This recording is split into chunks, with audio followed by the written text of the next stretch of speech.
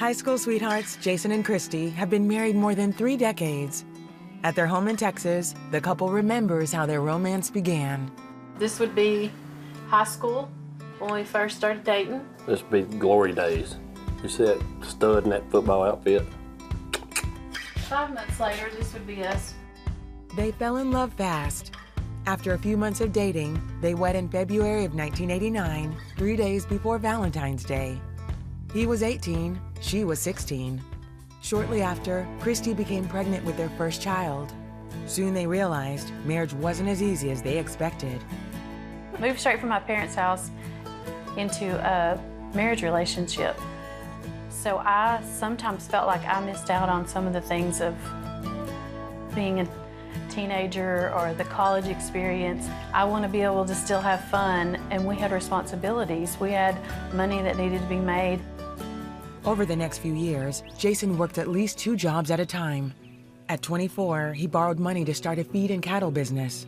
Many times, the money didn't seem to be enough, and they struggled to make ends meet. By 1997, they were raising 2 daughters. Jason was working longer hours and looking for a way to handle demanding shifts.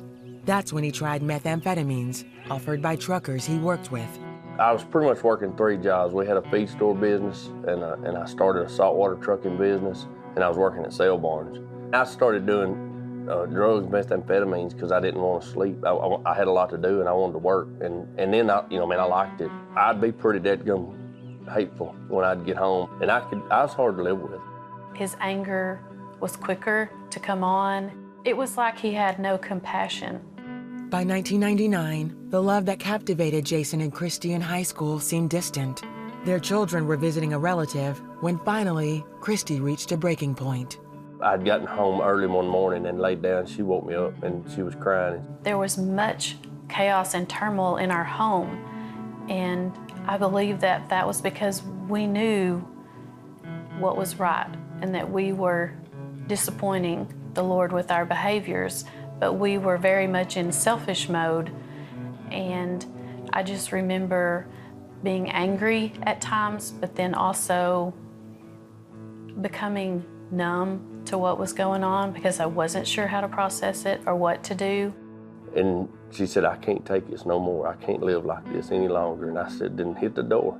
I was laying in bed, and I looked in the corner of my bedroom, and was my 12-gauge double-barrel shotgun. And I thought, no, you ain't going nowhere. I was gonna shoot her. Then I'd kill myself. And I got up out of bed to go get that shotgun, and I fell on the floor. And I couldn't get out, and I thought, what a piece of junk you are. You can't even crawl on the floor no more. And so I laid there, and I heard her leave. I heard the door shut. Broken and desperate, he surrendered his heart to God. Nobody wants me. I don't even want myself. I didn't want to be me. I didn't want to live with me. My wife didn't want to be with me. And I said out loud, "Lord, if you want me like this, you can have me." And I didn't hear his voice, because I've never heard him speak audibly, but I heard his heart. And he said, "I've waited your whole life for you to get right here."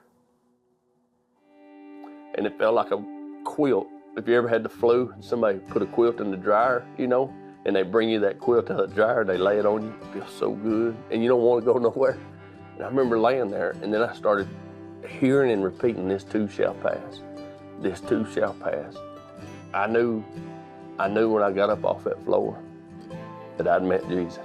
A few hours later, Christie returned home, ready to forgive and move forward together. The things that have gone on between us, the hurtful things that we've said, the way we've damaged each other, could very easily have driven us apart. But because we did turn to the Lord, He brought us together, poured out His mercy, His forgiveness, and love. They began attending church and Sunday school together, and Jason began his road of recovery from drugs and alcohol. So I learned you can't take something out of life without putting something in its place. And everywhere I removed drugs, I had to put something in that place, and that something was the Lord, and that something was my family. Today, Jason is drug and alcohol free, and he is pastor at Bar None Cowboy Church. Now, the couple says their love is stronger and sweeter than the day they first said, "I do." I am very proud of him. When I hear him coming in the door, I get the little butterflies because I am happy to see them. To me, I'm probably the most blessed dude. I'm still married to my high school sweetheart, who's prettier now than ever. She's got really cool grandkids, and I get to be a part of their life, you know. And I still get to be a cowboy and do what I do. So all the glory to the Lord. He's good.